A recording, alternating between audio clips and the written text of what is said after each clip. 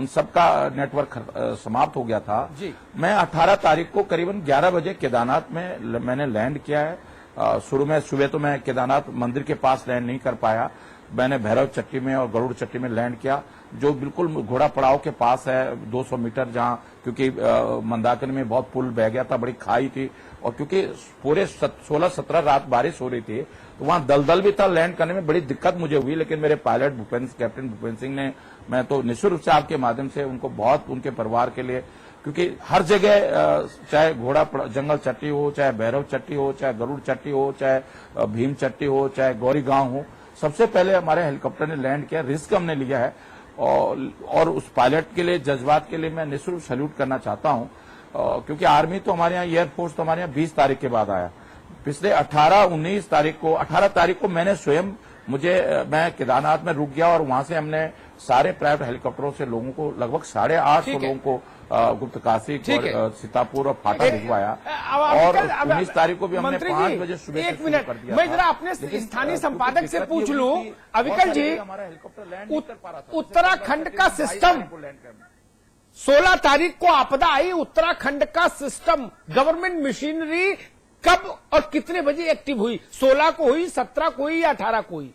कब आपने देखा कि हाँ अब सरकार में हलचल दिखी, अब अधिकारियों में भगदड़ दिखी? वो कब तारीख थी और क्या समय था?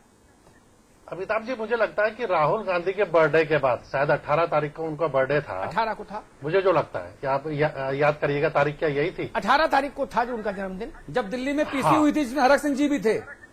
हाँ, उसमें मुख्यमंत्री भी थे, उसमें 1-2 मंत्री और थे, हरक सिंह जी भी थे, यशपाल आर्या भी थे, हरक सिंह जी भी थे, उसमें मुख्यमंत्री खुद थे, और तमाम पूरा फौज फाटा और सरकार दिल्ली में थी। वो 19 तारीख है। हाँ, 19 की बात हो रही है। 19 तारीख से सरकार थोड़ी हलचल में आई। इसका मैं एक एग्जाम्पल और भी दे दूं कि 18 को इनकी कैबिनेट की मीटिंग थी। क्यों हरक सिंह जी? 18 को कैबिनेट की बैठक थी, 19 तारीख थी, 19 तारीख पूर्व नियोजित थी। वो 10-12 तारीख को तय होगी थी कि हमारी कैबिनेट मीटिंग 17 तारीख को थी, 17 तारीख को थी, और 17 तारीख याद कर लीजिए। अभी आपने 19 का, अभी आप 17 कह रहे हैं। नहीं, मैं आपको एक चीज बता दूं अविकल भाई, हरक सिंह रावत जी एक लाइव चर्चा के लिए एक इंस्ट्रूमेंट में है, मैं कंफर्म हूं, ना, एक मशीन में है जिसका नाम है लाइव व्यू। जिस मशीन से हम बात कर रहे हैं उसमें आपकी और हमारी आवाज माननीय मंत्री जी तक तकरीबन 7 सेकंड बाद पहुंचती है, और उनकी आवाज भी हमारे पास 5 सेकंड बाद आती है। तो शायद ये 10-12 सेकंड का जो टाइम लैग है, इससे 17 और 19 का कंफ्यूजन है। जहां तक मैं समझ रहा हूं कि उत्तराखंड कैबिनेट की बैठक 17 तारीख को थी, 19 तारीख को राहुल गांधी का बर्थडे दिल्ली में था, इसको ना मनाने के लिए राहुल गांधी ने कहा था, लेकिन सरकार में तमाम लोग 17 तारीख पहुंचे। जी अविकल भाई, अब आपने बात कही। 17 को थी, पूर्व नियोजित थी। वो बैठक ऐसी नहीं थी। देखिए, वो अतुल जी, 17 तारीख को, अमिताभ जी, वो बैठक ऐसी नहीं थी कि 16 को इनको पता लग गया और 17 को इन्होंने आपातकालीन कैबिनेट की बैठक बुलाई। वो पूर्व नियोजित बैठक थी, और उस बैठक में भी इस आपदा पर बहुत चर्चा नहीं हो पाई, और मुद्दे पर इन्होंने चर्चा करी थी। इन्होंने बेरोजगारी भत्ता बढ़ाने का उसमें निर्णय लिया था, याद होगा आपको। बिल्कुल ठीक है। उसके बाद सोनिया गांधी और मनमोहन सिंह जी की जो दौरा हुआ, हवाई दौरा, उसके बाद ये चेते, और जब ये दिल्ली गए 19 तारीख से, मैं समझता हूं कि 19 तारीख से सरकार ने एक 2 करके कदम बढ़ाने शुरू करे, तब इन्हें पता लगा कि एक्चुअल में वहां के हालात क्या है। चलिए, वक्त एक बहुत छोटे से ब्रेक का है, वक्त एक बहुत छोटे से ब्रेक का, टीवी की मजबूरी है, ब्रेक लेना जरूरी है। हम ब्रेक के बाद एक के बाद एक 3 फटाफट रैपिड फायर राउंड पर जाएंगे। पहला सवाल मेरा जो होगा, जो इस पूरी सीरीज का 5वां सवाल होगा, कि आखिरकार गीली लकड़ियों से और खराब मौसम के बीच में जो शव हैं, जो अब क्षत विक्षत अवस्था में हैं, उन शवों का तमाम रीति रिवाजों से प्रॉपर तरीके से दाह संस्कार कैसे हो। इसके बाद जो छठा सवाल इस सीरीज का है वो ये कि पहाड़ों की कठिन भौगोलिक स्थिति से हम कैसे निपटें। क्या एक दिन में हम निपट लेंगे? 12 वर्ष तो राज को बने हो गए। और 7वां सवाल इस सीरीज का ये कि बुरी तरह से ध्वस्त बिजली व्यवस्था सुधारना एक कठिन चुनौती है, इससे हम कैसे निपटें। तो ये 3 चीजें, शवों का अंतिम संस्कार रीति रिवाजों समेत ताकि वो क्षत विक्षत ना हो, पहाड़ों की कठिन दुरूह भौगोलिक अवस्था, इससे हम कैसे निपटें, और बिजली व्यवस्था। इन 3 सवालों पर बात होगी तुरंत ब्रेक के बाद रैपिड फायर राउंड में। क्या हंगामे से मिलेगी राहत? सरकार पर उंगली उठाने से बदलेगी सूरत? क्या इस्तीफा पोंछेगा पीड़ितों के आंसू? पूछ रहा है समाचार प्लस। आपदा पर 10 सवाल। उत्तराखंड में आई दैवीय आपदा में उत्तराखंड वासियों ने फंसे हुए यात्रियों की सेवा व मदद करके देश के साथ साथ विदेशों में भी उत्तराखंड का सर गर्व से ऊंचा कर दिया है।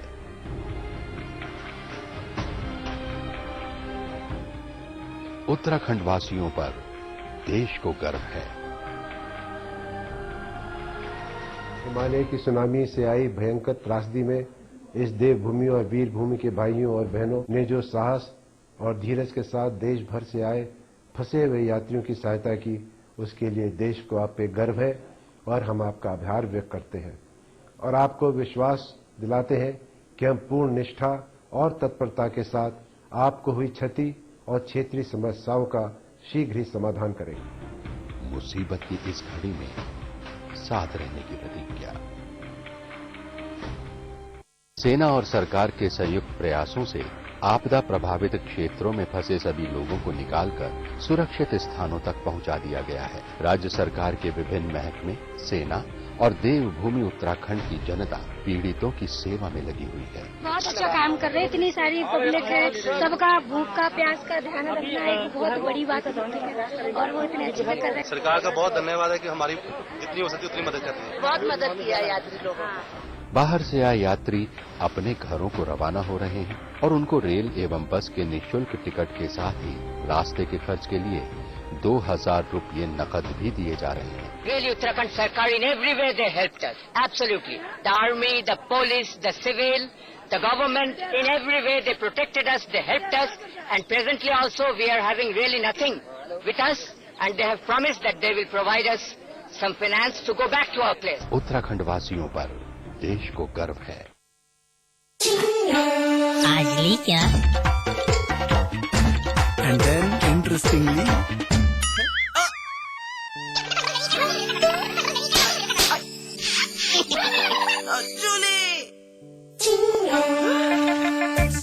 Refreshing mini gum. आज ली क्या?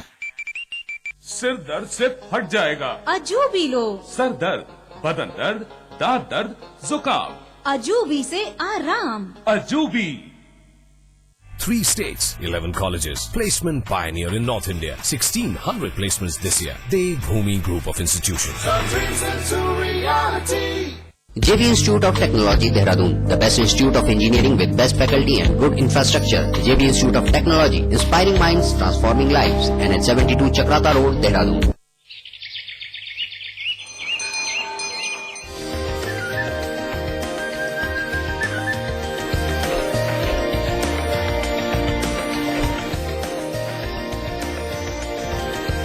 पेंटागन मॉल हरिद्वार, उत्तराखंड का सबसे बड़ा मॉल और मल्टीप्लेक्स निर्माता सुपरटेक। विराज कंस्ट्रक्शन प्रस्तुत करते हैं आपके शहर लखनऊ में फैजाबाद रोड पर संपूर्ण आवासीय योजना BBD ग्रीन सिटी। निर्माण कार्य तीव्र प्रगति पर। आज ही संपर्क करें।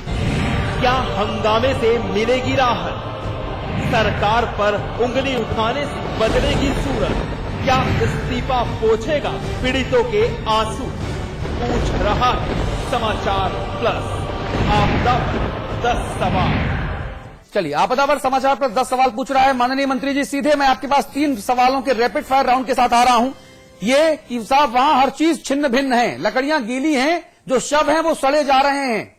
आखिरकार अब पूरी ईमानदारी से, पूरी रीति रिवाजों से शवों का अंतिम संस्कार कैसे हो, कठिन भौगोलिक परिस्थितियों से निपटने के लिए सरकार अब कितनी तैयार है? अगर 5, 6, 7 को भारी बरसात होती है तो फिर ठंडन गोपाल इस बार फिर क्या लोग मारे जाएंगे? क्या इस बार हम फिर कोई सबक नहीं सीखेंगे? और सबक सीखेंगे तो जमीनी तौर पे हम कितने तैयार हैं? और बिजली व्यवस्था आप सुधारने के लिए क्या कर रहे हैं? ये 3 सवाल एक साथ।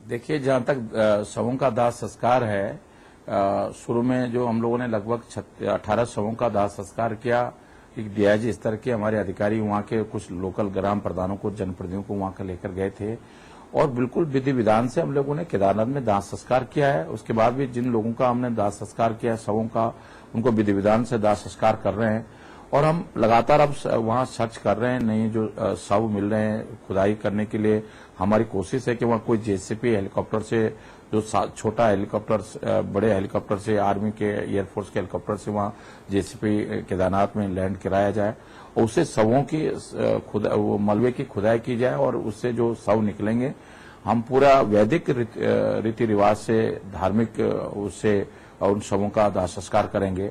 जहां तक लकड़ी जलाने का सवाल है, निश्चित रूप से मैं आपकी बात से सहमत हूं। हम लोग हेलीकॉप्टर से वहां एकदम सूखी लकड़ी को भेजने की कोशिश कर रहे हैं, जिससे कि जो हमारे तमाम धार्मिक संगठनों ने हमें लकड़ी, चंदन की या जो दूसरे लकड़ियां उपलब्ध कराई हैं, घी उपलब्ध कराया है, उसके माध्यम से जिस दिन हमारा हेलीकॉप्टर एयरफोर्स का क्रैश हुआ उस दिन, क्योंकि मैं भी केदारनाथ में था और ये हेलीकॉप्टर मेरे ही सामने वहां, जहां मैं केदारनाथ से निकला हूं नीचे के लिए, गुप्तकाशी के लिए, ये हेलीकॉप्टर वहां पहुंचा था।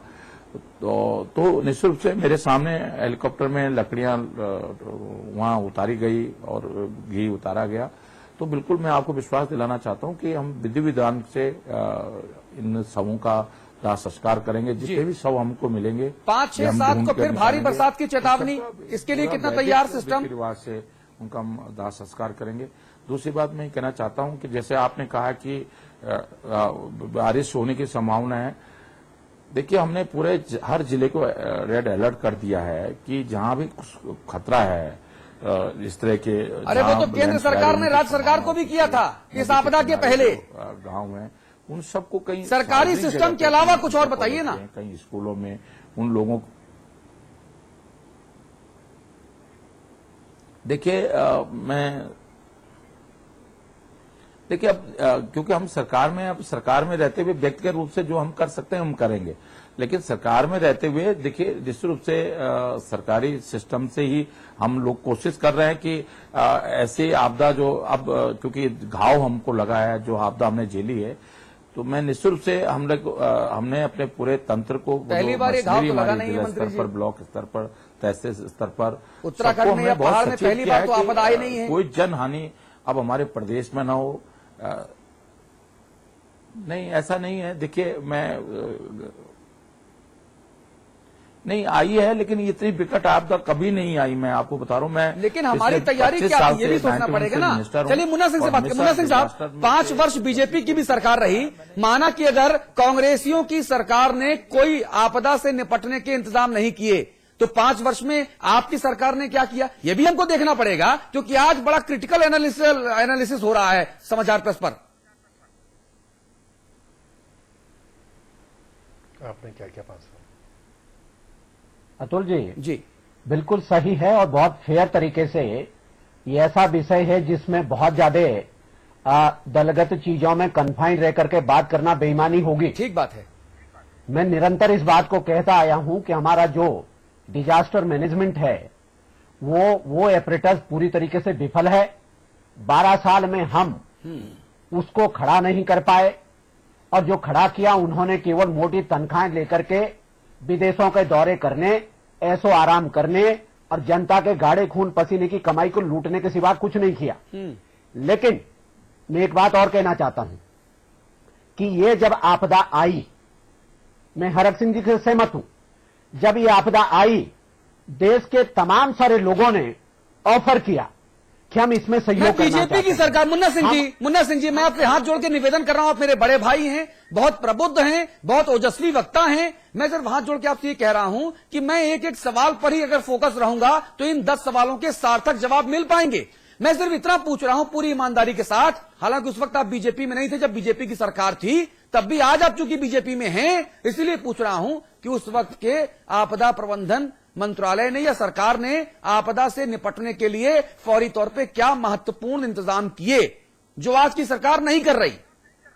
मैं बता तो रहा हूं जी, बता तो रहा हूं। सबसे इंपॉर्टेंट देखिए, हम दुनिया में कितने भी हाईटेक हो जाएं अतुल जी, हाँ। अमिताभ जी, हम कितने भी हाईटेक हो जाएं, लेकिन संवेदनशीलता ह्यूमन एलिमेंट से आती है। हाँ। जो गवर्नेंस का ह्यूमन एलिमेंट है, चाहे वो बराक ओबामा को आप बैठा दीजिए, लेकिन जो ह्यूमन एलिमेंट है वो सबसे इंपॉर्टेंट होता है। इस सरकार में जो सबसे बड़ी कमी रही पीछे भी छोटी मोटी दैवीय आपदाएं, उसमें रेस्पॉन्ड किया। जो क्रिटिकल टाइम पीरियड होता है उसमें क्विकली रेस्पॉन्ड किया। इस सरकार का सबसे बड़ा फेलियर ये रहा कि जो कुछ भी इंतजाम थे इसके पास, इन्होंने रेस्पॉन्ड नहीं किया। 4 दिन तक रेस्पॉन्ड नहीं किया। हजारों लोगों को बचाया जा सकता था उस 4 दिन में, वो